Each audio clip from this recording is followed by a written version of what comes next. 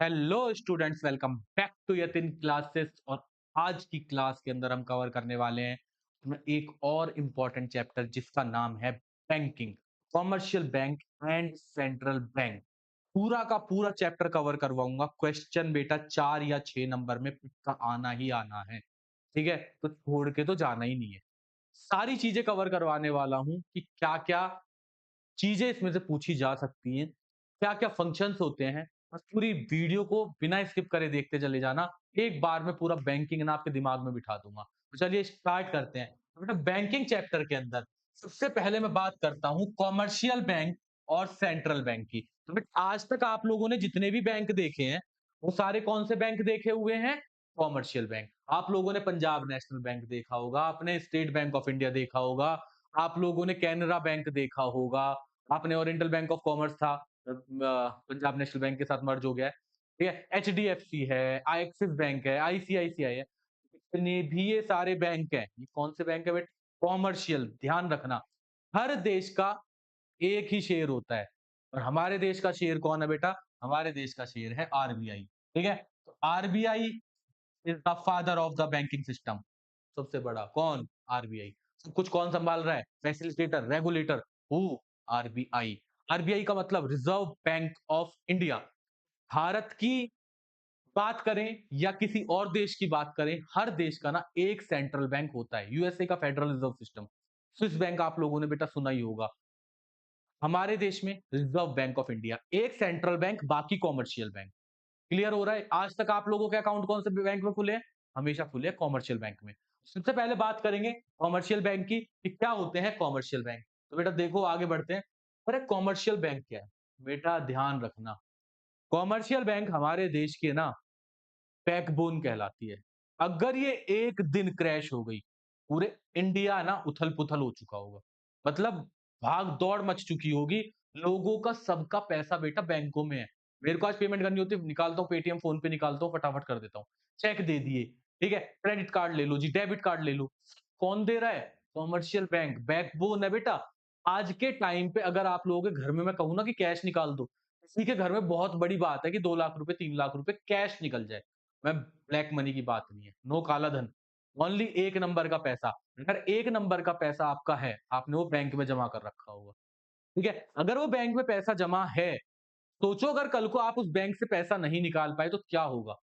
Commercial bank are the backbone of the Indian economy. तो कौन-कौन से बैंक है? Sir Punjab National Bank, State Bank of India, Canara Bank, central Bank of India भी commercial है, इसको RBI मत समझ लेना।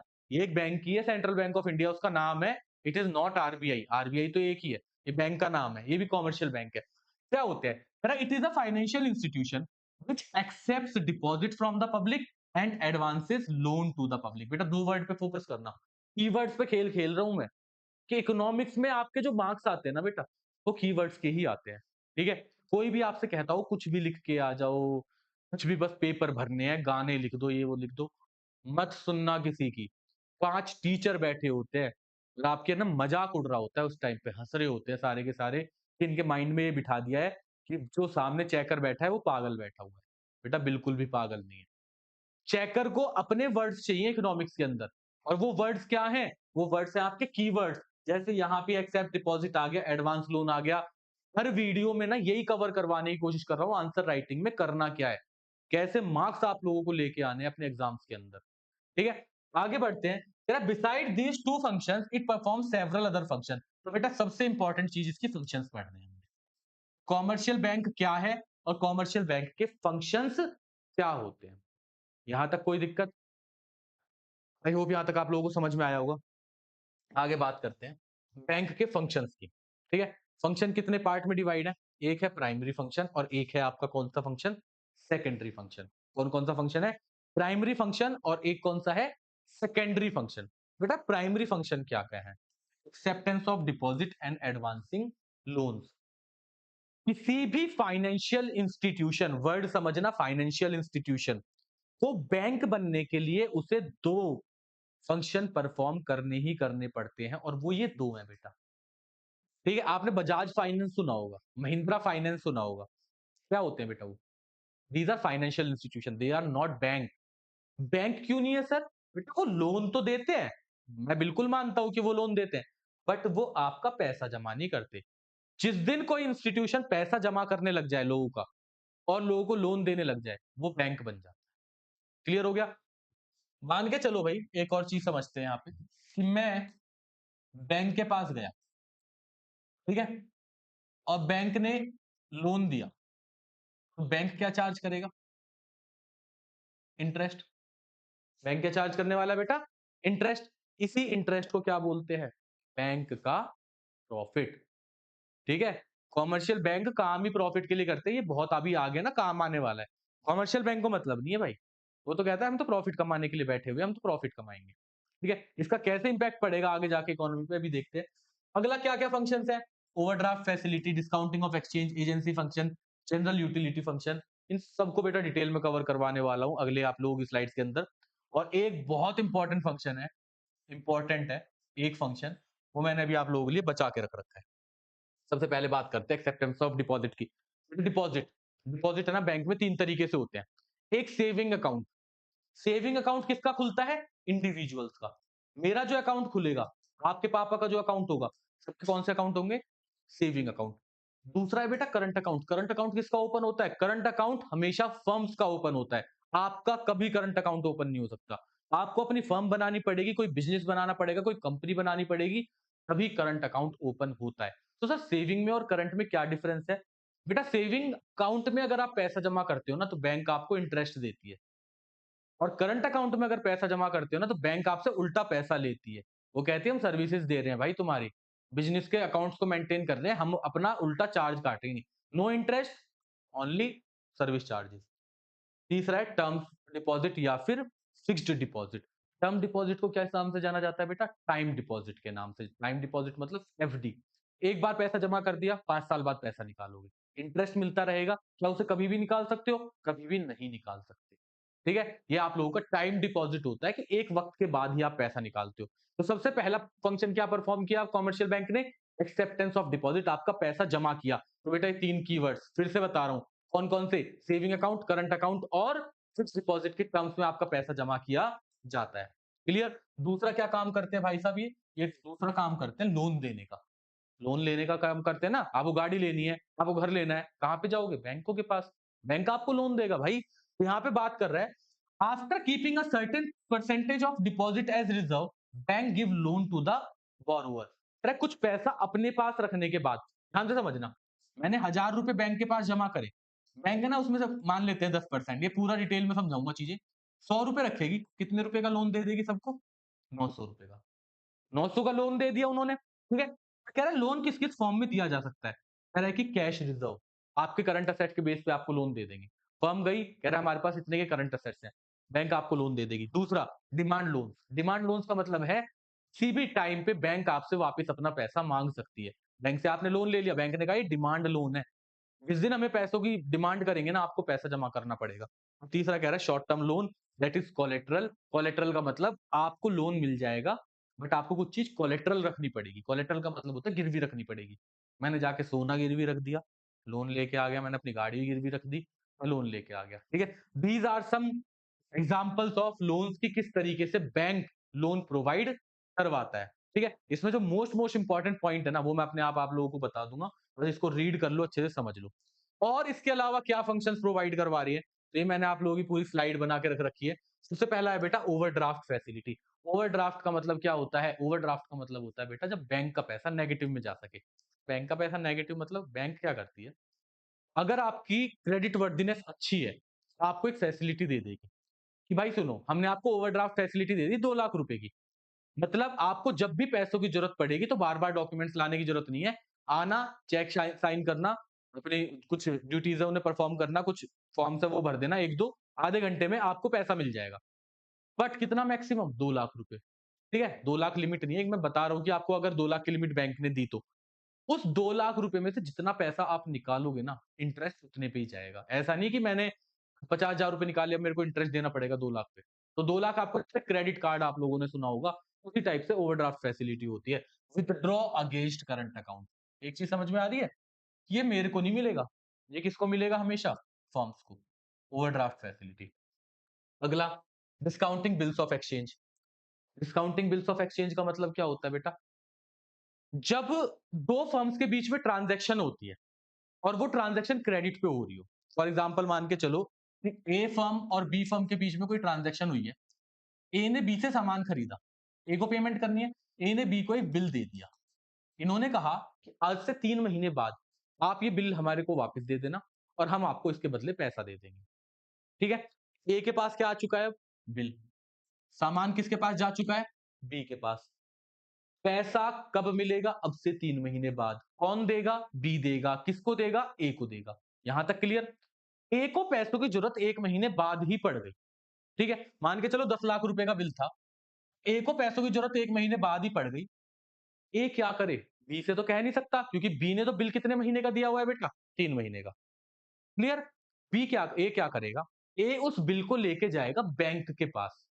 ठीक है? बैंक से कहेगा बैंक बैंक मेरे पास है ना 10 लाख रुपए का एक बिल है, बट उसकी पेमेंट आज से 2 महीने बाद होगी। 3 महीने का था, 1 महीना अपने पास रखा, कि आज से 2 महीने बाद होगी।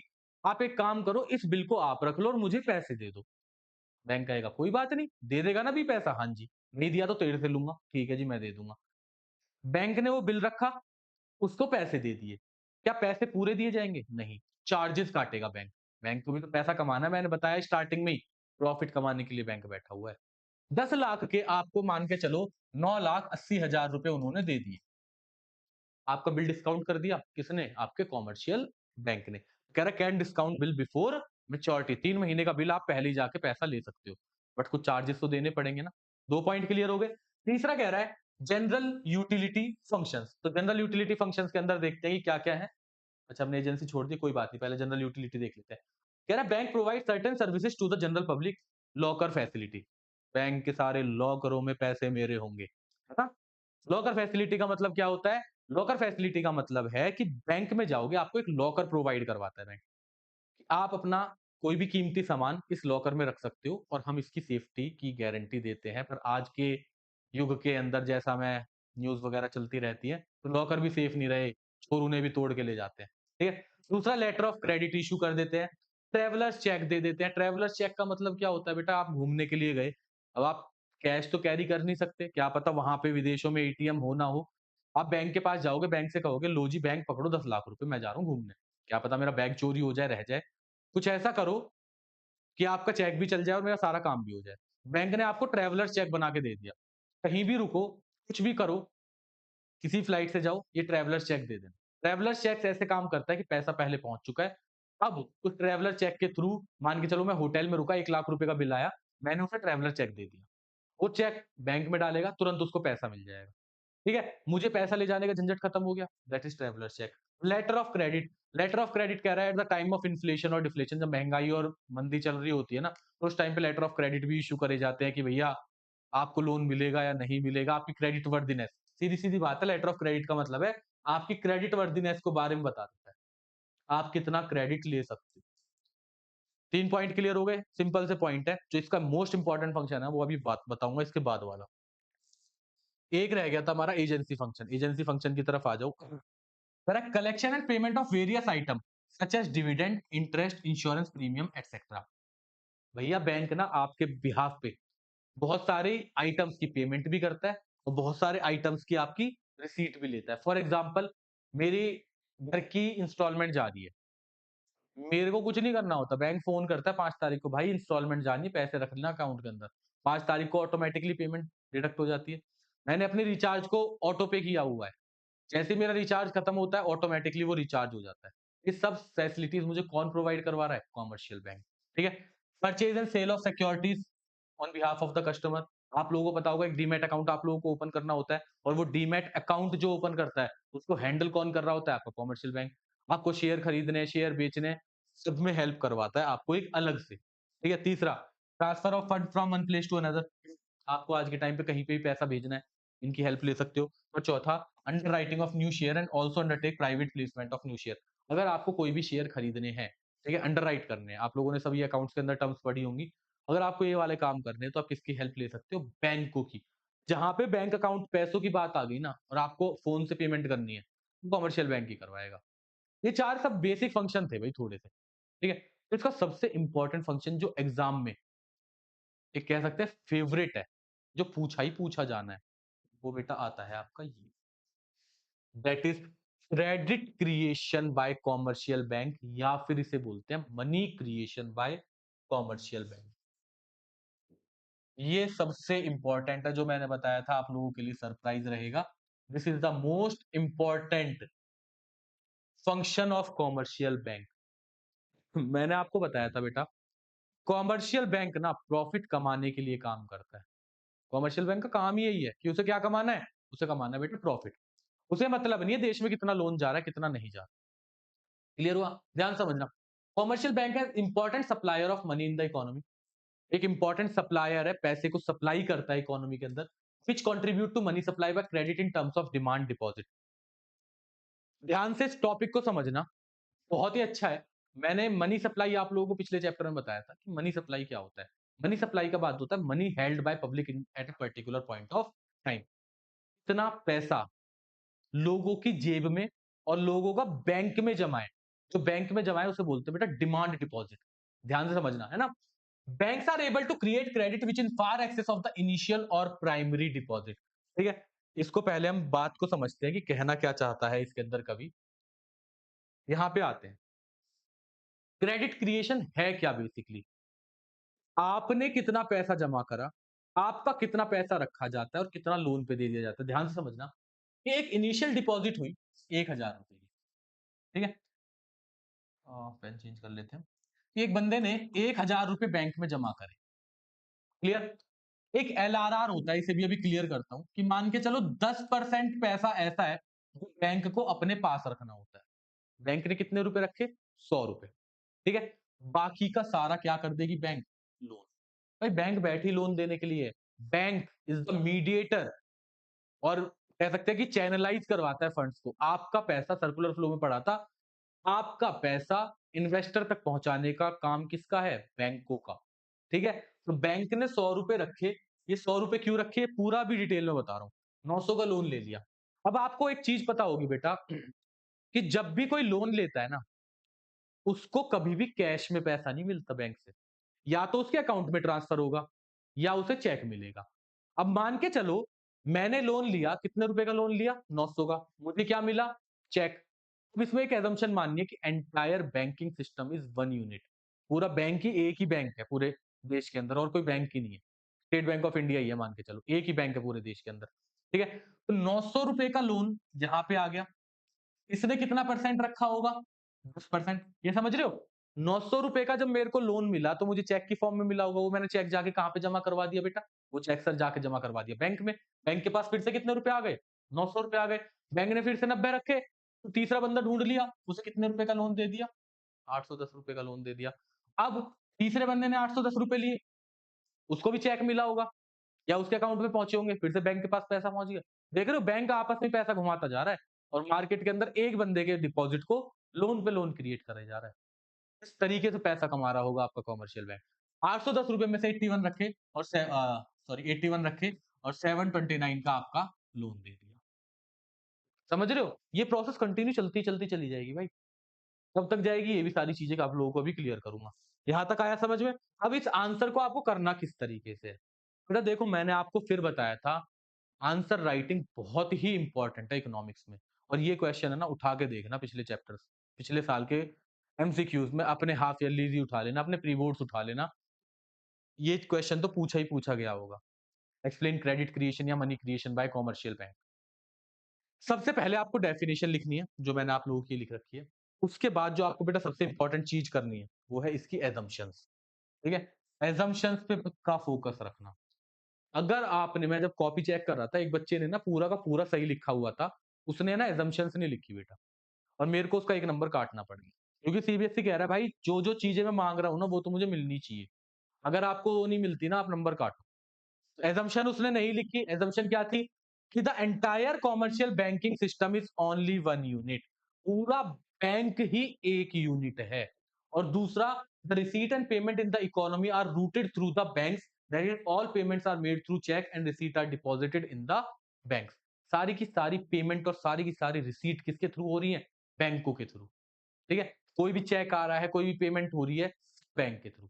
और बैंक कितना माना है, 1 यूनिट। तो 2 assumption हो गई, entire banking system is 1 unit and second one is all receipt and payment are routed through banks only। पहली चीज क्लियर। अब थोड़ा सा प्रोसेसिंग समझते हैं। ये आपका क्रेडिट क्रिएशन का प्रोसेस है पूरा का पूरा। ठीक है, बंदा गया, बंदे ने जाके पैसा डिपॉजिट किया, बैंक गई, इसने इसको लोन के लिए इसने भी डिपॉजिट किया, बैंक के पास से ये लोन लेके गया, फिर बैंक में जमा किया, फिर लोन लेके गया। देख रहे हो, एक बंदा जमा कर रहा है, दूसरा लोन ले रहा है, एक जमा कर रहा है, दूसरा लोन ले रहा है, एक ही बैंक पूरा का पूरा बना हुआ है। आगे बढ़ते हैं। Banks can not use the whole deposit for lending. सबसे इंपॉर्टेंट बात, सबसे इंपॉर्टेंट, मैंने भी आपको एग्जांपल में बताई थी कि कुछ 10% रखना होता है। ये क्या है सर 10%? सबका फादर कौन बैंकों का? आरबीआई। आरबीआई ने कहा सुन भाई, मार्केट में ना कुछ कंट्रोल कर ले, इतना भी पागलों की तरह पैसा मत बांट। ठीक है, बताऊंगा कैसे, देखो दिक्कत आएगी अभी लास्ट में जाके।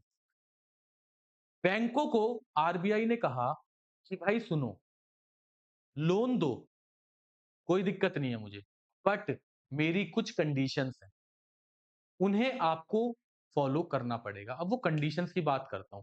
बैंक कहता है कि आपको रिजर्व रेशो बनाना है। एक नंबर का क्वेश्चन तो पहले ये पढ़ लो, इस रिजर्व रेशो के और नाम क्या क्या हैं। सबसे पहला नाम लीगल रिजर्व रेशो, दूसरा रिजर्व डिपॉजिट रेशो। बेटा एक नंबर का क्वेश्चन या 3 का क्वेश्चन मैं लिख के दे रहा हूं, आप लोगों को मिलेगा ही मिलेगा इस रेशो से। ठीक है, और क्या नाम होता है? रिजर्व रेशो और variable reserve ratio. These are the 4 names of reserve ratio. ये है क्या? बैंक में आप लोगों को मैंने भी एग्जांपल दिया था ये वाला। बैंक ने क्या किया, 1000 रुपए डिपॉजिट हुए, उसमें से 100 रुपए अपने पास रखे थे। यहां मैंने लिखा था ना एलआरआर, मैंने बताया था, बाद में बताऊंगा। इस LRR is legal reserve ratio. 10% bank ने बना के दे रखा है, कितना? 10%। कौन है बैंक इनका? आरबीआई। आरबीआई ने कहा 10% आपको अपनी जेब के अंदर या मेरे पास जमा करवाओ। मतलब जितना डिपॉजिट होगा उसका 10% आपको रखना है, बाकी का आप लोन दे दो। इसीलिए आप देख रहे हो हर डिपॉजिट का 10% रखते जा रहे हैं। ठीक है, तो ये लीगल रिजर्व रेशो की बात कर रहा था। It is legally compulsory for the banks keep certain minimum fraction of their deposit as reserve. मैंने 1000 रुपए जमा करे, एलआरआर या रिजर्व रेशियो बॉस मान के चलो 20%। ठीक है, बैंक को 200 रुपए रिजर्व बना के रखना पड़ेगा। अब अगर वो रिजर्व 200 रुपए में से, ध्यान से समझना, मैं इसको 2 पार्ट में डिवाइड करता हूं, 150 रुपए और 50 रुपए। आरबीआई क्या कहता है, ये 150 रुपए तो मुझे दे दे, जिसका नाम इन्होंने दे दिया CRR, cash reserve ratio. What is cash reserve ratio? एक और क्वेश्चन। हर कॉमर्शियल बैंक को अपने डिपॉजिट्स का कुछ percentage in form of cash RBI के पास जमा करवाना होता है। किसके पास जमा करवाना होता है? आरबीआई के पास। ये 150 रुपए किसके पास चला गया? आरबीआई के पास। ठीक है, दूसरी रेशो कौन सी है? S L R, it stand for statutory liquidity ratio. Commercial bank को अपने डिपॉजिट का कुछ परसेंटेज अपने पास रखना होता है इन लिक्विड फॉर्म। लिक्विड असेट, कोई ऐसी शेयर खरीद लो तुरंत बिक जाए, लिक्विड होना चाहिए। दोनों में समझ में आ रहा है? कैश रिजर्व रेशियो आरबीआई के पास था, स्टैच्यूटरी लिक्विडिटी रेशियो अपने पास रखना है, और जब दोनों को जोड़ दूंगा तो लीगल रिजर्व रेशियो बन जाएगा। बेटा what is legal reserve ratio? कि कह रहा है कि हर बैंक को अपने डिपॉजिट का कुछ परसेंटेज रखना होता है।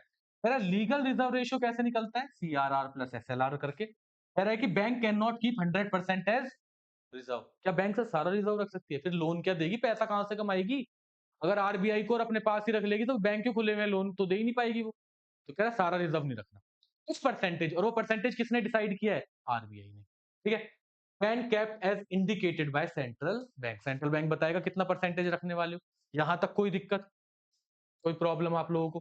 ठीक है, अब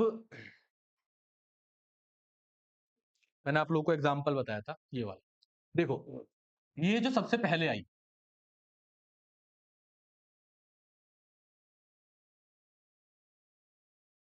जो बंदा सबसे पहले आया था ना, सबसे पहले इनिशियल डिपॉजिट करने, कितने रुपए जमा करे थे? 1000 रुपए।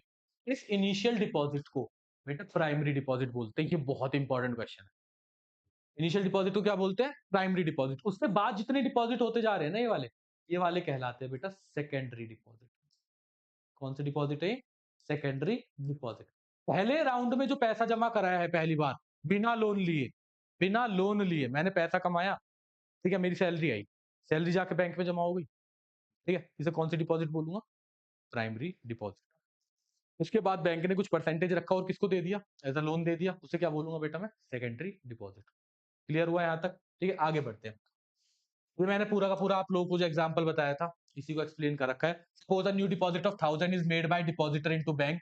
बैंक कैश रिजर्व रेशियो कह सकते हैं, एलआरआर कहोगे इसे, ठीक है, is 10%। Bank will keep CRR of 1000 of 10% of 1000 is 100 rupees, और बाकी का जो 900 रुपए का है वो लोन दे देगी। The borrower will use the amount to pay the debtor which ultimately will deposit in another bank and bank keeps 90 रुपए रखेगी बैंक यहाँ पे आप लोगों के, ठीक है। 100 रुपए हो गया, यहाँ 90 हो गया, यहाँ 81 हो गया, और will be deposited in the another bank and bank keep 90 rupees. समझ में आ रहा है? मतलब पूरा का पूरा जो मैंने बताया ना वही चीज एक्सप्लेन है, इसका स्क्रीनशॉट ले लो, यहाँ तक आपको समझ में आ जाएगा। अब इसमें इंपॉर्टेंट चीज एक और क्या ध्यान रखनी है बेटा, कि सर ये कब तक चलती रहेगी प्रोसेस? जब तक इनिशियल डिपॉजिट का कुछ मल्टीप्लीकेशन ना हो। सर वो मल्टीप्लीकेशन क्या है? वो मल्टीप्लीकेशन ये है, ठीक है। ये आप लोगों के सामने एक नंबर का क्वेश्चन और आ चुका है, मनी मल्टीप्लायर या क्रेडिट मल्टीप्लायर या डिपॉजिट मल्टीप्लायर। तीन नाम है, एक ही काम है, ठीक है। होता क्या है? ये कहता है कि इनिशियल डिपॉजिट का कितना गुना या कितने मल्टीप्लीकेशन तक वो वैल्यू चलनी चाहिए। तो इसका एक फॉर्मूला होता है 1/LRR, 1/LRR। अब ये 1/LRR is inversely related to money multiplier, it is inversely related to legal reserve ratio. मतलब जितना लीगल रिजर्व रेशियो रहेगा उसका मल्टीप्लीकेशन में इनवर्सली चला जाएगा। It is a number of by which total deposit can increase due to a given change in deposit ratio. Simple सी बात समझना, एलआरआर कितना परसेंट रखा था? 10%। तो 1/10% को मैं लिख दूं 0.10। मतलब आपका जो इनिशियल डिपॉजिट है वो कितने टाइम्स तक जा सकता है? 10 टाइम्स तक। यहाँ पे जो 1000 था ना, तो मैं अगर 1000 को मल्टीप्लाई करूं बेटा 10 से, तो ये कितना जा सकता है? 10,000। लोन्स की बात करूंगा, 900 इंटू 10, 9,000। ये 100 इंटू 10, 1,000। क्लियर हो रहा है डिपॉजिट मल्टीप्लायर क्या कह रहा है? आगे क्या कहता है? Total demand deposit primary plus secondary. इन सबको जब मैं ऐड कर दूंगा ना, प्राइमरी को भी और सेकेंडरी को, तो कौन सी डिपॉजिट आएगा? टोटल डिमांड डिपॉजिट, ठीक है। आगे कह रहा है total credit creation initial deposit into 1/LRR। आपके पास कितना टोटल क्रेडिट क्रिएशन हुआ है, ठीक है। तो इसके लिए मैंने फॉर्मूला लगा दिया आप लोगों को। क्या फॉर्मूला लगाया था? 1/LRR। इसको पीछे देख लेते हैं। 1000 इंटू 10, टोटल डिपॉजिट कितने का हुआ? 10,000 का। टोटल लोन कितने का दिया? 9,000 का। टोटल एलआरआर कितने का बन गया? 1,000 का। आया ये समझ के अंदर? तो बेटा ये जो जितना मैंने इसमें एक्सप्लेन करके लिखा है ना ये पूरा, ये चीज एजम्पशन अगेन जितना आपको एग्जाम में लिखना है उतना ही इसके अंदर आपको पीडीएफ में मिलेगा। ये प्लस ये और प्लस ये वाली स्लाइड, एंड देन लास्ट में ये तो बहुत इंपॉर्टेंट स्लाइड है, फॉर्मूला समझना है, ठीक है। ये वाली स्लाइड, ये आपको सारी की सारी एक्सप्लेन करनी पड़ेगी, ठीक है। एक नंबर में ना या 2 नंबर में 3 नंबर में क्वेश्चन आ जाता है इनको निकालने का। टोटल डिमांड डिपॉजिट कैसे निकलेगी? टोटल क्रेडिट क्रिएशन कितना हो गया मार्केट के अंदर, ये कैसे निकलेगा? तो इन सब चीजों को आप लोगों को बेटा इस तरीके से फॉर्मेट में फॉर्मूले में पुट करके समझना है। आई होप यहाँ तक आप लोगों को समझ में आ गया होगा। अगला जो आप, चलिए स्टार्ट करते हैं। सेंट्रल बैंक सबसे इंपॉर्टेंट, जिसमें से क्वेश्चन बैंकिंग में से पक्का बनेगा। कॉमर्शियल बैंक में अगर मैं बात करूं इंपॉर्टेंट क्वेश्चन की, तो money creation bye commercial bank वाला जो लास्ट टॉपिक था वो बहुत इंपॉर्टेंट है।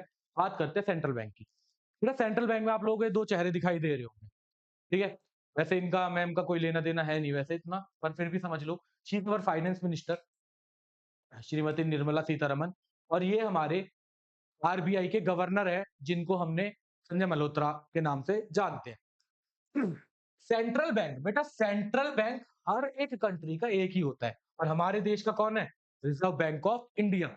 It is an apex, apex का मतलब सुप्रीम बैंक। सबसे बड़ा बैंक जो है वो कौन है? आरबीआई। ठीक है, it controls the entire banking system. मैंने बताया था ना, सेंट्रल बैंक के नीचे सारे काम करते हैं। सबसे ऊपर कौन चल रहा है? Central bank. RBI is the central Bank of India. RBI issues currency in the economy. RBI के पास ही पावर है नोट छापने की। ठीक है, आरबीआई कब स्टैब्लिश हुआ था बेटा? 1 अप्रैल 1935। 1 अप्रैल 1935 को ये स्टैब्लिश हुआ था, जिसका एक्ट पास हुआ था 1934 में। एक नंबर में क्वेश्चन आ जाता है कि पास हुआ था आरबीआई का। बच्चों को याद होता है सर 1935? नहीं, एक्ट 34 में हुआ था, स्टैब्लिश 35 में हुआ था। आरबीआई के गवर्नर कौन है? संजय मल्होत्रा जी। फाइनेंस मिनिस्टर कौन है हमारे देश की? निर्मला सीतारमन जी। समझ में आया? सबसे ऊपर एपेक्स, सबसे टॉप पे कौन चल रहा है? आरबीआई। ठीक है, आगे बढ़ते हैं। सबसे इंपॉर्टेंट जो चीज है, डायरेक्ट बात पे आते हैं, फंक्शन समझने। फंक्शन कौन कौन से होते हैं?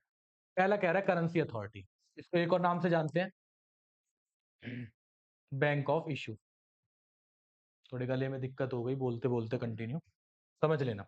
दूसरा है बैंकर टू द गवर्नमेंट। तीसरा बैंकर बैंक और सुपरवाइजर। चौथा controller of money supply. These are the 4 function. और बेटा ये वाला और कौन सा दो तुम्हें? ये वाला, इनको इंपॉर्टेंट लिख लेना। एग्जाम में आपसे ना एक तो पक्का पूछा जाना है 4 नंबर के अंदर। ठीक है, बात करते हैं सबसे पहले करेंसी अथॉरिटी, या फिर इसको किस नाम से जानते हैं? Bank of issue. हमारे देश में नोट छापने की पावर किसके पास है? आरबीआई के पास। RBI has the sole authority to issue currency except 1 rupee note and coins. 1 रुपए के नोट और कॉइन्स को छोड़ के जितनी भी करेंसी है, सब कौन छापता है? आरबीआई। ठीक है, central bank is the country has exclusive right और exclusive authority of issuing notes except 1 rupee notes and coins.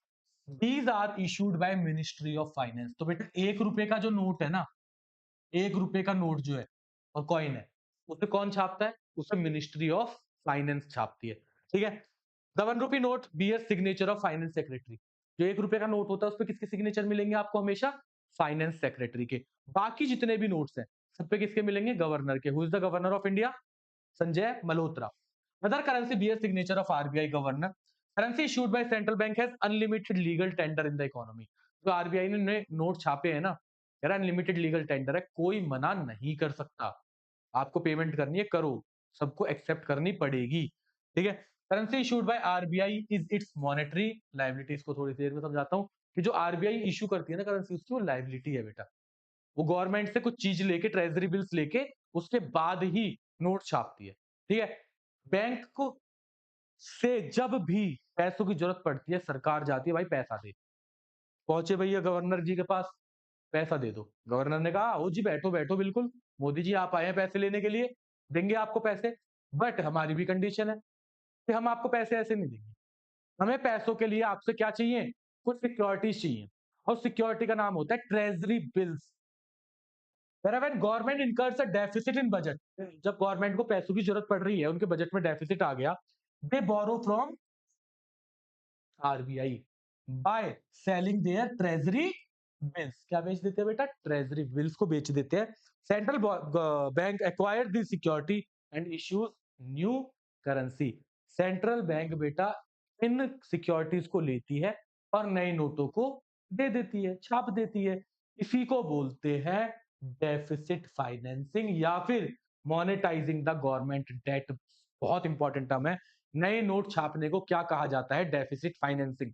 कैसे छपते हैं? जब सरकार से ट्रेजरी बिल्स आएंगे और सरकार को उसके बदले नए नोट छाप के दिए जाएंगे।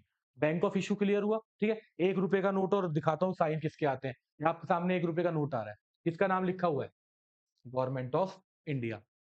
आप अपने नोट उठा के देख लो, सब पे रिजर्व बैंक ऑफ इंडिया मिलेगा। 1 रुपए पे आपको हमेशा गवर्नमेंट ऑफ इंडिया मिलेगा। यहाँ पे साइन देख रहे हो, किसके साइन आ रहे हैं? फाइनेंस सेक्रेटरी के। अब मैं चलता हूँ दूसरे नोट की तरफ। 100 रुपए का नोट आ रहा होगा आप लोगों के सामने, किसका नाम लिखा हुआ है? भारतीय reserve bank, reserve bank of India. Signature देखना किसके आ रहे हैं? गवर्नर के। पिछले बार गवर्नर थे भाई शक्तिकांत दास, उनके हैं यहाँ पे। ठीक है, अभी जो नए नोट छपेंगे उनपे किसके साइन आएंगे? संजय मल्होत्रा जी के। क्लियर हुआ? 1 रुपए का नोट किसने छापा? गवर्नमेंट ऑफ इंडिया ने। 1 रुपए पे साइन किसके हुए? फाइनेंस सेक्रेटरी के। 1 रुपए से ऊपर नोट किसने छापा? आरबीआई ने। साइन किसके हो गए? गवर्नर के। क्लियर? गले में थोड़ी सी दिक्कत है, आपको आवाज में दिक्कत आ रही होगी। पहला फंक्शन आई होप आपको क्लियर हो गया। उठा के देखना, पिछले साल शायद पेपर में पूछा गया है ये वाला क्वेश्चन कि बैंक ऑफ इश्यू को एक्सप्लेन करो। जो जो चीजें लिखी थी वही, एक्स्ट्रा मिलेंगी ही नहीं बेटा, चीजें वही जो एग्जाम के अंदर आने वाली हैं। आगे देखो, बैंकर्स टू द गवर्नमेंट, ठीक है, बहुत इंपॉर्टेंट है। जो सरकार है ना हमारी, उनका भी बैंक कौन संभालता है? आरबीआई। आरबीआई तीन तरीके से काम करता है। एज अ बैंकर काम करता है उनके लिए, एज एन एजेंट काम करता है, और एज अ फाइनेंशियल एडवाइजर काम करता है। ध्यान से समझना, RBI act as a banker, as a financial adviser और एज एन एजेंट। क्या क्या काम करता है? पहले बैंकर के तौर पे बात करता हूं। As a banker, central bank keeps the current account of the government. Central bank क्या करता है बेटा? करंट अकाउंट को मेंटेन करता है सरकार के। पहला पॉइंट क्लियर, लिख ले ये वाला, जो जो लिखा हुआ है ना बेटा, यहाँ सारी लिख लो, पता चल जाएगी एग्जाम के अंदर जब बैठोगे ना, यही चीजें लिखनी है और इन्हीं के नंबर मिलते हैं। Central bank offer all those services to the government which commercial bank offer to the general public. तो पब्लिक को सर्विसेज दे रही है ना हमारे कमर्शियल बैंक, बड़ी सारी सर्विसेज कौन किसको दे रहा है? सेंट्रल गवर्नमेंट को मिल रही है through central bank. Central bank accept deposit from government and advances loan to the government to meet every demand by accepting treasury bills. मैंने बताया, कोई भी डिमांड हो सेंट्रल गवर्नमेंट की, वो कह रहे हैं हम पूरा करेंगे, जितना पैसा चाहिए हम दे देंगे, बट हमारी कंडीशन सुन लो कि हमें ट्रेजरी बिल्स दे दो, हम नए नोट छाप लें, फिर आपकी हम हेल्प कर देंगे। एज अ बैंकर उसने क्या काम किया? बैंक का करंट अकाउंट मेंटेन किया गवर्नमेंट का, उन्होंने उनकी सारी पेमेंट और रिसीट को मेंटेन किया, जब भी उनको पैसे की जरूरत पड़ी पैसे पहुंचाए, बट उनसे क्या लेके? Treasury bill. As a banker उन्होंने ये काम कर दिया। एज एन एजेंट, एजेंट बने, एजेंट के तौर पे क्या काम किया? सर रिस्पॉन्सिबिलिटी करी मैनेज करने में पब्लिक डेट को, पब्लिक डेट को मैनेज करवाया, हेल्प करी किसकी? Government. As an financial advisor, समय के साथ सरकार को बताते रहते क्या क्या करना है। आरबीआई के गवर्नर बैठते जा जाके, गवर्नमेंट ऐसे करो, पैसों को ऐसे ध्यान रखो। क्या क्या किया इन्होंने? इकोनॉमिक लेवल पे, फाइनेंशियल लेवल पे और मॉनेटरी मैटर्स पे। बेटा ये तीन वर्ड देख लेना, इकोनॉमिक, फाइनेंशियल और मॉनेटरी मैटर्स पे गवर्नमेंट को टाइमली एडवाइस करता रहता है। कौन? आरबीआई। दो पॉइंट क्लियर अच्छे से, ठीक है?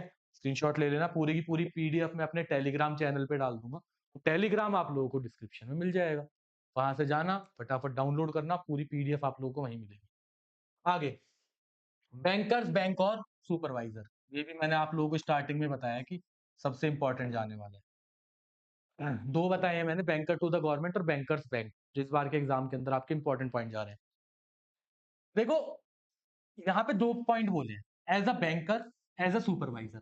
कौन किसकी हेल्प कर रहा है? आरबीआई ना कॉमर्शियल बैंक के लिए एज अ बैंकर काम करता है और एज अ सुपरवाइजर काम करता है। ध्यान से समझो, एज अ बैंकर क्या हेल्प करता है बेटा? कस्टडी रखता है कैश रिजर्व की, स्टार्टिंग में बताया ना, कैश रिजर्व किसके पास रखना होता है? आरबीआई के पास, उसको कस्टडी रखेगा। Lender to the last resort का काम करता है। Lender to the last resort का मतलब होता है जब कोई बचाने वाला नहीं है तो कौन बचाएगा? आरबीआई। और तीसरा क्लियरिंग हाउस का। इन तीनों को भी एक्सप्लेन करता हूं आपको। एज अ सुपरवाइजर पहले समझ लो, right, regulates and control commercial bank. Commercial bank को क्या करता है? रेगुलेट भी करता है और कंट्रोल भी करता है। रेगुलेट कैसे करता है? बैंकों को लाइसेंस चाहिए होता है, बैंक ओपन करने के लिए आपको किसी से तो परमिशन लेनी पड़ेगी, लाइसेंस कौन देगा? आरबीआई। ब्रांच खोलनी है, किससे पूछना पड़ेगा? आरबीआई। लिक्विडिटी ऑफ असेट, अगर आपको कुछ भी बेचना है अपने असेट्स को, आरबीआई उसमें हेल्प करता है। और आपको अगर अपना बैंक बंद करना है तो उसमें भी कौन हेल्प करेगा? आपका आरबीआई। सुपरवाइज करता रहता है टाइम टू टाइम। ये कुछ ऐसा तो नहीं कर रहे, मैंने स्टार्टिंग में बोला था commercial bank are the backbone of the Indian economy. अगर कोई बेटा ऊपर पापा बैठे नहीं होंगे ना, तो तुम आतंक मचा दोगे पूरी दुनिया के अंदर। कोई तो कंट्रोल करने के लिए चाहिए ना, आरबीआई भी तो चाहिए कंट्रोल करने के लिए, ताकि कॉमर्शियल बैंक अपनी लिमिट में, अपनी हद में काम कर सके। ये तो वो तो देश के अंदर तहलका मचा देंगे, इंटरेस्ट रेट इतना कर देंगे कि बंदा पागल हो जाएगा, बिक जाएगा। उन्हें तो पैसा कमाने से मतलब है।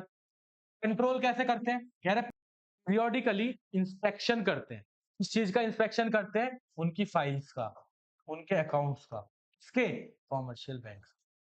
एज अ सुपरवाइजर दो काम, रेगुलेट, कंट्रोल। रेगुलेट में क्या क्या करा? ये काम करे। कंट्रोल में क्या क्या काम किया? ये काम किया। आई होप यहां तक क्लियर हुआ होगा। बात करते हैं इसकी।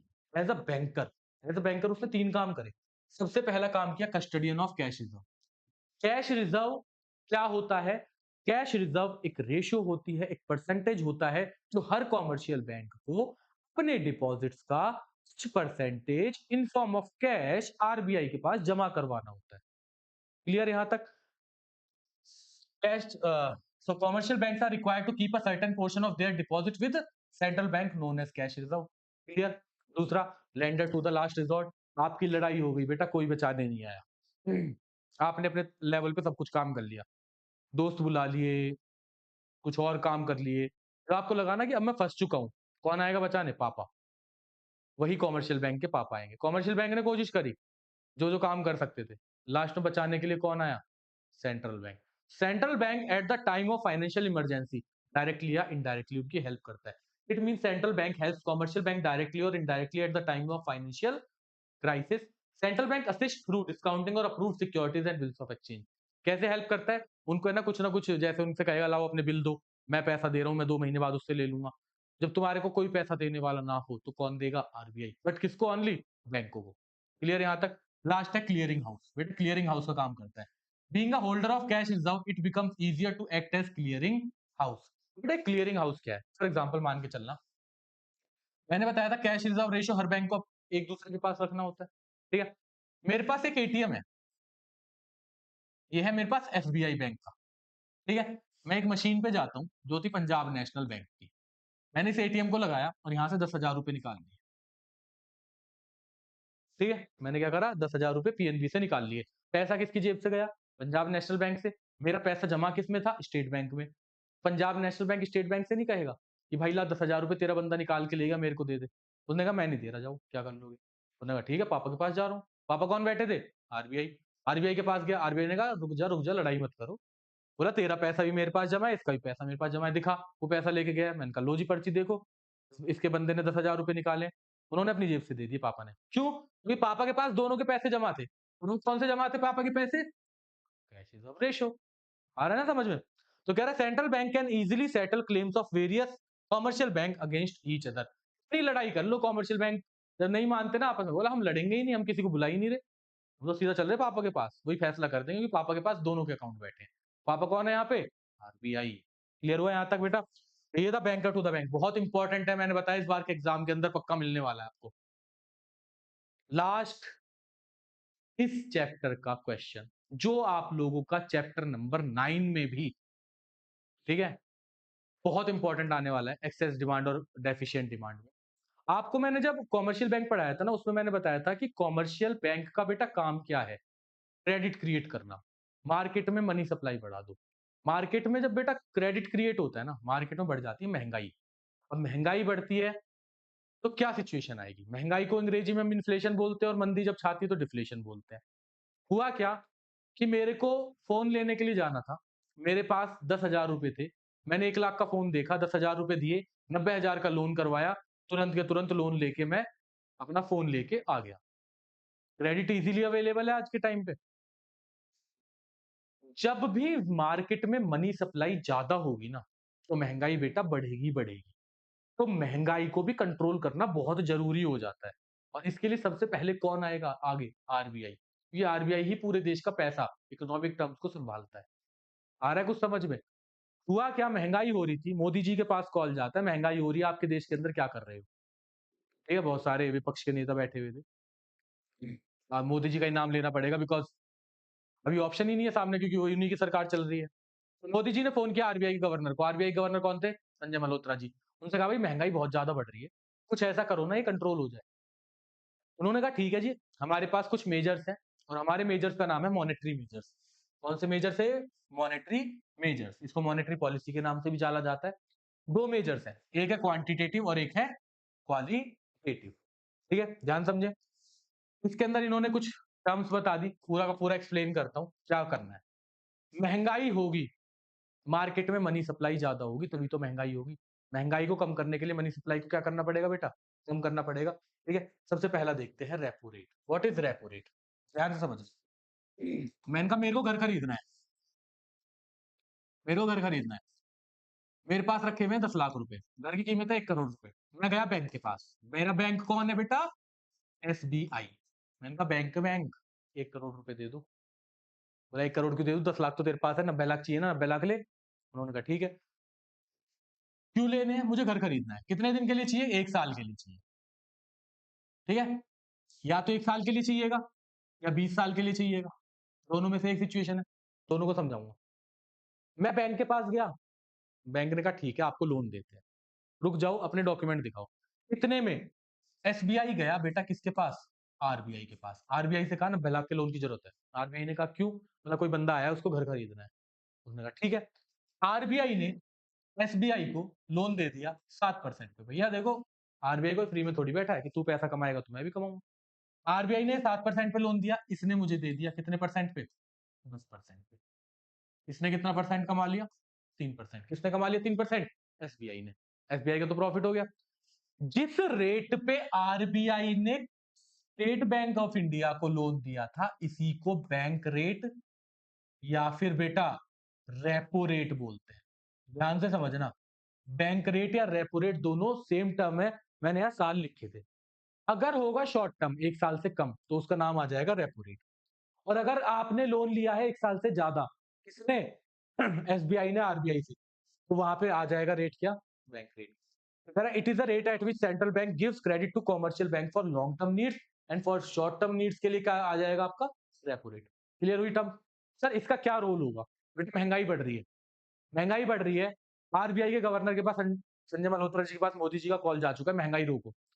उसने कहा सुन भाई, आरबीआई ने एसबीआई से कहा लोन तो दे दूंगा, बट अब जो लोन दूंगा मैं आप लोगों को वो 10% पे दूंगा। वो मेरे पास आया, भाई लोन तो मिल जाएगा ना 90 लाख का, पर 15% में मिलेगा या 13% में मिलेगा। ठीक है, 13% में मिलेगा। पहले मुझे कितने में मिल रहा था, पहले मुझे 10% में मिल रहा था। अब कितने में मिल रहा है बेटा, 13% में। मैं लूंगा लोन, पागल हूँ, और पैसा दे दूं उन्हें। मैंने कहा नहीं चाहिए लोन, नहीं लिया। मार्केट के अंदर ये 10 लाख भी बचे, ये 90 लाख भी नहीं पहुंचे। महंगाई कुछ हद तक कंट्रोल हुई, डिफ्लेशन में उल्टा कर देंगे। मतलब eight the time of inflation, eight the time of महंगाई, बैंक रेट को भी बढ़ा दिया जाएगा और रेपो रेट को भी बढ़ा दिया जाएगा। At the time of deflation, deficient demand, इन दोनों को हम कम कर देंगे। आई होप ये वाला पॉइंट आपको क्लियर हुआ होगा, बहुत इंपॉर्टेंट है, तो चैप्टर 9 में भी पूछा जाना है बेटा आप लोगों का। आगे देखते हैं, रिवर्स रेपो रेट। एक था रेपो रेट, अब है रिवर्स। ठीक है, ये था एक बैंक जिसका नाम था कॉमर्शियल बैंक। कॉमर्शियल बैंक के पास पैसा रखा है जिसे हमने बोला सरप्लस। इस सरप्लस को लेके वो किसके पास गया, आरबीआई के पास। कि आरबीआई, आरबीआई हमने आज तक आपसे पैसा लिया है, अब हम आपको पैसा देना चाहते हैं, हम अपना पैसा जमा करना चाहते हैं। आरबीआई ने कहा लाओ भाई, मोदी जी का कॉल आ चुका है। सरप्लस जब फंड होगा ना, उस पैसे को जब आप आरबीआई में जमा करवाते हो, आप नहीं, कॉमर्शियल बैंक जब जमा करवा देता है, जिस रेट पे जमा करवाता है उसको रिवर्स रेपो रेट बोलते हैं। ऐसा क्यों करते हैं वो, जब महंगाई होती है ना, तो आपको मैंने बताया था कॉमर्शियल बैंक का काम ही लोन देने का है। क्लियर, कॉमर्शियल बैंक से पैसा निकालना है, मनी सप्लाई रोकनी है। उससे पैसा खींचने के लिए उन्हें लालच दिया जाता है कि ले भाई, रिवर्स रेपो रेट मैंने बढ़ा दिया, 10% कर दिया, मान के चलो, आजा पैसा मेरे पास जमा कर दे। बैंक के पास दो चॉइस है, या तो पैसा कॉमर्शियल बैंक को दे दे या पैसा मुझे दे दे। दोनों में से किसको देगी, भाई कॉमर्शियल बैंक किसको देने वाली है, सेंट्रल बैंक को। ना वो मुझे देगी, ना अंबानी को देगी, ना बिरला को देगी, किसी को भी नहीं देगी। वो कहेगी भाई उनका तो पता भी नहीं, पैसा दे ना दे, पर हाँ सेंट्रल बैंक से पैसा जरूर आ जाएगा। ठीक है, कोई था विजय माल्या लेके भाग गया 9,000 करोड़ रुपए, क्या कर रही है कॉमर्शियल बैंक, बैठी हुई है, रो रही है इंटरेस्ट के चक्कर में। अगर वही पैसा सेंट्रल बैंक के पास होता तो क्या भाग जाता, पैसा पूरा का पूरा सेफ होता आपका आज के टाइम। क्लियर हो रहा है। तो reverse repo rate is a rate at which commercial bank can deposit their excess surplus fund with central bank for a shorter period of time. Excess demand में इस रेट को बढ़ा देते हैं, लालच देने के लिए कॉमर्शियल बैंक्स को, ताकि पैसा जमा कर दें। और डेफिशिएंट डिमांड में इसको क्या कर देते हैं बेटा, इसको बेटा हम कर देते हैं कम। आई होप यहाँ तक आप लोगों को क्लियर हो गया होगा। ठीक है, नेक्स्ट है कैश रिजर्व रेशियो। कई बार बता दिया, हर कॉमर्शियल बैंक को अपने डिपॉजिट्स का कुछ percentage in form of cash RBI के पास जमा करना होता है। एट द टाइम ऑफ महंगाई बढ़ा देंगे, ताकि मान के चलो 1,000 रुपए थे जमा हुए, पहले 10% रखवाती थी, आरबीआई ने कहा नहीं 10%, अब रखवाएंगे 20%, मतलब 200 रुपए। लोन कितने का, 800 का। पहले लोन कितने का जा रहा था, 900 रुपए का। तो महंगाई कम हुई 100 रुपए तक की, मनी सप्लाई कुछ तो रोकी। तो eight the time of inflation cash reserve को बढ़ा दिया और डिफ्लेशन के टाइम पे कैश रिजर्व को कम कर दिया। आई होप यहाँ तक आप लोगों को क्लियर हुआ होगा। नेक्स्ट देखते हैं SLR. SLR stands for statutory liquidity ratio. ठीक है, स्टैट्यूटरी का मतलब एज पर स्टैचू। स्टैचू कौन? हमारे कानून की मूर्ति। ठीक है, एज पर स्टैचू क्या है? हर कॉमर्शियल बैंक को अपने टोटल डिपॉजिट का कुछ परसेंटेज इन लिक्विड फॉर्म अपने पास रखना है, आरबीआई के पास नहीं रखना। आरबीआई वाला सीआरआर, अपना वाला एसएलआर, दोनों को जोड़ दो एलआरआर, बढ़ा था भी पूरा का पूरा। ठीक है, percentage of net demand and time liabilities of commercial bank required to kept with themselves in liquid form. Again demand excess होगी, बढ़ जाएगा फिर कम हो जाएगा। क्वेश्चन क्या आता है? There is inflation in the market, chapter 9 से भी बैंकिंग से भी। There is inflation in the market, how statutory liquidity ratio helps in maintaining that gap. Inflation को रोकने के लिए एसएलआर का क्या करेंगे? एसएलआर का डेफिनेशन दो क्या होता है? At the time of inflation SLR को बढ़ा देंगे। क्लियर? यहां तक लास्ट पॉइंट आता है इसका क्वांटिटेटिव मेजर्स का। ठीक है, मेजर्स जो थे वो दो थे, तो पहले क्वांटिटेटिव की बात करते हैं। लास्ट क्या है? Open market operation. It refers to sale and purchase of government securities by the central bank. जब अपने शेयर्स को या सिक्योरिटीज को सरकार खरीदती या बेचती है, उसको ओपन मार्केट ऑपरेशन बोल रहे हैं। बेटा देखो ध्यान से समझो, मैं घर लेने गया था ना, मेरी जेब में 10 लाख थे, आरबीआई को पता चल गया इसके पास 10 लाख रुपए हैं, इससे छीनो नहीं है, घर खरीद लेगा, और घर खरीद लिया, मार्केट में पैसा आ जाएगा, ये पैसा मेरे को मेरी जेब में चाहिए। आरबीआई ने मुझे भेजा लालच, ले भाई, हमने अपनी सिक्योरिटीज बेची है। किसके थ्रू बेचा? बैंकों के थ्रू, किसी के थ्रू भी। गवर्नमेंट की सिक्योरिटी थी, मैंने कहा भाई घर तो बाद में खरीद लूंगा, पहले सिक्योरिटी में पैसा, और सेफ है पैसा, कहीं भागना है नहीं, सेंट्रल बैंक थोड़ी भाग जाएगा कहीं लेके। मैंने क्या काम किया? मैंने सेंट्रल बैंक से शेयर खरीद लिए, मेरे पास क्या आ गए बेटा? कागज। मैंने क्या करा? एट द टाइम ऑफ महंगाई इन्हें परचेज कर लिया। सरकार को पता था महंगाई चल रही है, रोकना है, मैंने परचेज कर लिए। 10 लाख रुपए किसके पास चले गए? बैंक के पास। ठीक है, बैंक ने क्या करा मेरे को? बैंक ने मेरे को सेल करा एट द टाइम ऑफ महंगाई। क्लियर? तो eight the time of inflation bank ने क्या करा है बेटा? सेल। बैंक ने क्या करा है? सेल। अपनी सिक्योरिटीज को मेरे को सेल कर दिया, मेरे पास तो कागज आ गए, पैसा गवर्नमेंट के पास पहुंच गया। और जब मंदी होगी तो इन्हीं शेयर्स को वापस छीन लेगी, मतलब परचेज कर लेगी, और मुझे पैसा दे देगी कि जा अब खर्चा कर। मनी सप्लाई बड़ा, मार्केट में मनी सप्लाई क्या हो चुकी है? कम। ये जो मैंने पॉइंट पढ़ा है बैंक रेट से लेके सारे, these measures are known as quantitative measures. कौन से मेजर है बेटा? ये क्वांटिटेटिव। बात आते हैं क्वालिटेटिव। क्वालिटेटिव मेजर में दो पॉइंट आते हैं, एक आता है मार्जिन रिक्वायरमेंट, एक आता है moral suasion. What is margin requirement? Margin requirement is the difference between the loan granted and the securities held by public. जब घर में पड़ा हो सोना तब काहे का रोना। आप लोगों ने लाइन सुनी होगी, अक्षय कुमार आता है साथ में कह के। क्या कहता है इसका मतलब? आपने सिक्योरिटीज रखी, गोल्ड था मेरे पास, मैं गोल्ड लेके गया, 1 लाख रुपए का गोल्ड था, मैं बैंक में गया, बैंक में जाके मैंने उसे रखा। क्या बैंक मुझे 1 लाख का लोन दे देगा? नहीं। बैंक कितने का देगा? कुछ परसेंटेज काट के। मान लो उसने 80,000 का लोन दिया, 1 लाख के गोल्ड की कितनी कीमत दी? 80,000। कितना परसेंट रख लिया? 20,000, मतलब 20% रख लिया। That is margin requirement. ठीक है, तो ये मार्जिन रिक्वायरमेंट क्या है बेटा? Margin requirement correct is the difference between market value of securities and amount of loan. Access demand में इसको डिफरेंस को बढ़ा देते हैं।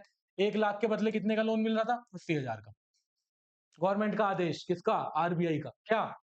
1 लाख के बदले 60,000 दो। मैं पागल थोड़ी हूँ 1 लाख का सोना रखने के बाद, गिरवी रखने के बाद 60,000 रुपए लेके आऊंगा। कल को नहीं दे पाया मेरे, तो 60,000 में बिक गया सब कुछ, वो तो ऑक्शन में चला जाएगा, नीलामी में चला जाएगा। एट द टाइम ऑफ महंगाई इन्फ्लेशन इसको बढ़ा देते हैं, एट द टाइम ऑफ मंदी जब मार्केट में डेफिसिट चल रहा होता है तो उसे कम कर देते हैं। लास्ट पॉइंट देखते हैं बेटा, लास्ट पॉइंट है मॉरल सुएशन। मॉरल सुएशन क्या कहता है? Persuasion and pressure that central bank applies on the other banks in order to get them act in a manner in line with its policy। मतलब कहना क्या चाहता है? कहना ये चाहता है कि बेटा सेंट्रल बैंक ना पूरा प्रेशर बना के रखता है कमर्शियल बैंक को, जितना मैं कह रहा हूँ ना उससे अगर ऊपर गया तो फिर सोच मैंने तेरे साथ क्या करने वाला हूँ। ठीक है, अपनी पूरी पॉलिसी बनाता है, जैसे पापा होते हैं ना, पूरा पूरा प्रेशर रखते हैं हमारे ऊपर, कितने बजे घर पे पहुंचना ही पहुंचना है, इतना काम करना ही करना है। वही काम सेंट्रल बैंक भी पापा ये कमर्शियल बैंक का, वो क्या काम करता है? इन पे पूरा कंट्रोल रखता है कि जितनी मेरी पॉलिसी है उसके ऊपर आप लोगों को बेटा नहीं जाना है। ठीक है, it can be used in both quantitative as well as qualitative control. कह रहे क्वांटिटेटिव और क्वालिटेटिव, जो पिछले मेजर्स पढ़ाए हैं और क्वालिटेटिव, इन दोनों के अंदर अप्लाई होता है। ठीक है, जैसे एक आपको बताता हूँ, letter of credit. Commercial bank को लेटर ऑफ क्रेडिट इश्यू कर देता है कि लोन उन्हीं को दो जिन्हें जरूरत है, बिना फालतू का लोन बांटने की कोई जरूरत नहीं है। ठीक है? आपके पास पैसे रखे हुए हैं, 10,000 रुपए लेके जाते हो बैंक से, लोन करवाया, 1 लाख का फ़ोन लेके आ गए, नहीं मिलेगा भाई। लेटर ऑफ क्रेडिट इश्यू कर देगी, स्पेशल लोगों को ही लोन दो, जिनको बहुत ज़्यादा ज़रूरत है। अदरवाइज़ ऐसे ज़रूरत, बिना ज़रूरत के बाँटने की ज़रूरत नहीं है। ठीक है? This is all about your chapter. These are the quantitative and qualitative measures जो हम लोगों ने इस चैप्टर के अंदर कवर करे। तो पूरी-पूरी वीडियो कवर कर लेना। ठीक है? सारी चीज़ें ऑलमोस्ट मैंने इसके अंदर आपकी कवर कर दी हैं। और आई होप आप लोगों को यहाँ तक समझ में आया होगा। जितना मैंने आप लोगों को टॉपिक करवाया है, उनको अच्छे से करो, पूरी वीडियो को देखो, ठीक है? अपने पहले पूरे कॉन्सेप्ट क्लियर कर लो, उसके बाद देखना क्वेश्चन करने में कितना मज़ा आएगा। रिवीजन 10-10 मिनट के अंदर करवा दूँगा, ठीक है? पूरी वीडियो कवर करो, अपने दोस्तों के साथ शेयर करो, लाइक करो एंड मिलते हैं नेक्स्ट वीडियो में। तब तक के लिए bye bye, thank you so much.